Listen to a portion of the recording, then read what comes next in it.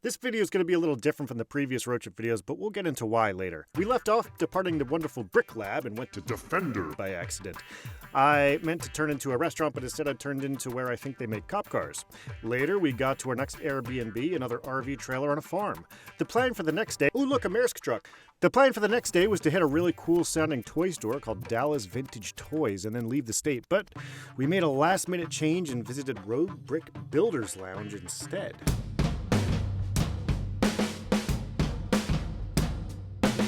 All right, so this is the different part I was talking about earlier.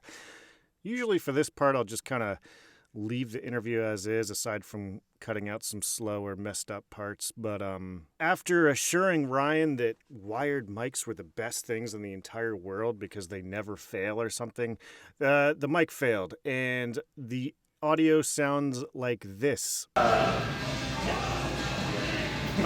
It happened in a couple other videos, but the acoustics in this room were the worst. It was a big warehouse, and there were people there. There was music playing, which Ryan had said he could turn off, and I was like, no, don't worry about it. The mic will be great. And so there's just, it sounds like this.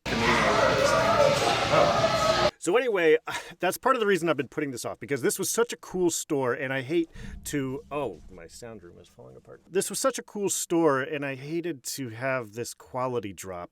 I'm just gonna wing it. So take a trip down my memory lane with me, because this is really... I keep saying this, but this is one of the coolest stores on the trip. The different thing about this was it was very mock heavy. You know what? I'm just gonna skip ahead here with me.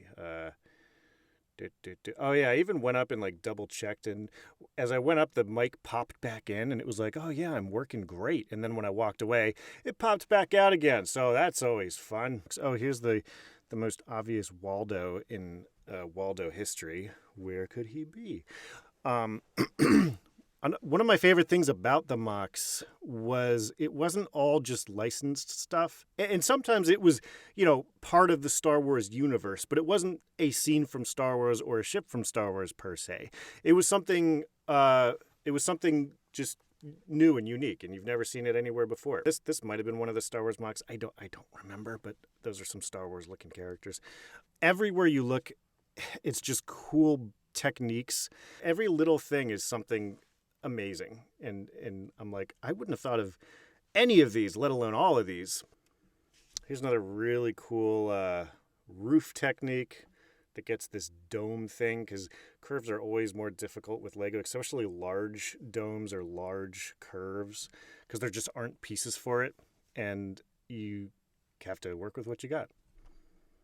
Okay, this was the highlight. Actually, this is one of my favorite parts of the whole trip. This was like a 7+ foot long USMC ship from the Halo franchise, kind of like the Pillar of Autumn in the very first game, the first ship you start out on. It wasn't that ship, but I believe it was that type of ship. It's just mind-boggling how large and detailed it is. Like, whoever made this started out with a piece and then clicked another piece into it, and then later ended up with this. That is unreal. It's amazing. It's such a sight to behold. One thing I found out maybe halfway through the interview was that Ryan himself is one of the builders, and he's very humble and modest. I mean, store owners usually have to focus on the store, but he's built so many of these amazing mocks. Oh, Captain T-Rex, that was a good one. Like Captain Rex, but T-Rex, and its dinosaur helmet. Here's a more accurately sized Phantom. This, I don't know if this is from a comic or something, or if it's just someone's imagination, but those are old Republic Sith troopers. That is a commission piece Ryan did that was never picked up, apparently, for world peace. Get it? Another cool thing is it wasn't all one type of mock. Like, it wasn't like, oh, I'm really good at cars, so there's going to be cars everywhere. It was like, that's a building with some kind of octopus on it. There's scenes which already just involve all kinds of things, buildings, landscapes, vehicles. Oh, that's where my light died. I needed new batteries, and I didn't have any, so it kept shutting off. Anyway, broken down bridge. I definitely love dilapidated rustic, old-looking things made out of Lego, because that's tough to do. Kind of like that cyberpunk city from the Brick Fair, Virginia video. It's just so cool to make it look old and broken down when it's made out of Legos. And of course, they sell stuff too. It's like a full store aside from a museum of mocks. Oh, there's the shirt I got. I mean, you'll have to wait till the end to see what I got from this store. Oh, all the t-shirts they have, they made themselves, which is cool. They had a nice library here.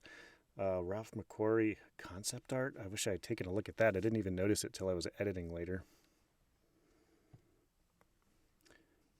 By the way, anyone making a store video, a little tip, don't get footage of the glass case.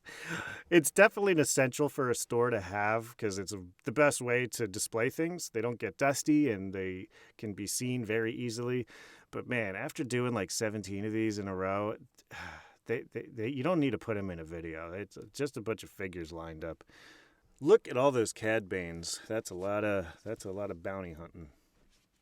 Oh, this was Everyone is Awesome, but not the colors in the Lego version of it. I believe they called it Everyone is German, which is hilarious. More sets on display. As you can see, I don't need to narrate this, but that's, oh, wow, look at that old Avatar ship. That's such a weird ship to be so expensive.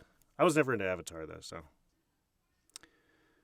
Oh, there's a good shot of the whole store. You can see how warehousey it is and how bad the acoustics would be for a video using the shotgun mic of a DSLR camera.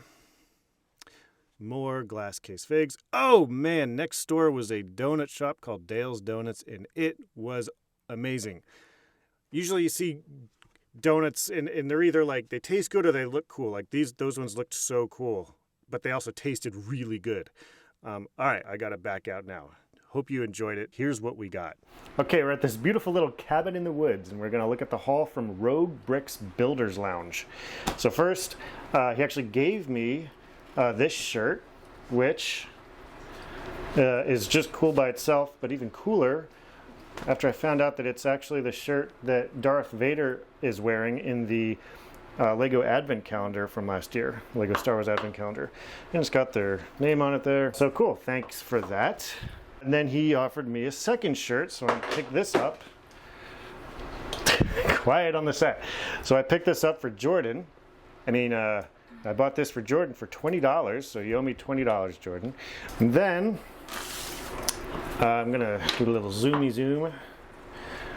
As far as unique parts or figures go, he had this cool, come on, focus you. This little custom brick. This has the name. Well, it's not technically the name of the store, I guess, but Rogue Brick Builder, and you could put whatever figure you want on there, I guess. And then we got 3 minifigures. All right, so this is my guy. The younglings were getting 2 already, and it was 3 for $10, so I just threw this guy together. And as for these 2, who's going first? Me. Okay. Come on over here. Me. So this is my girl, and then I got these like goggles that you can see. This girl goes to college, and she always braids her hair. And yeah. Okay, Madison. Thank you. This is my Lego figure. I found this face. I just thought it was really cool, and that silly looking face. I got this fanny one with a necklace that says P. I got this cool water bottle. It was supposed to be a bottled water bottle. I got this camera. Thank you, Editor and Mr. Rogue Brick Builder.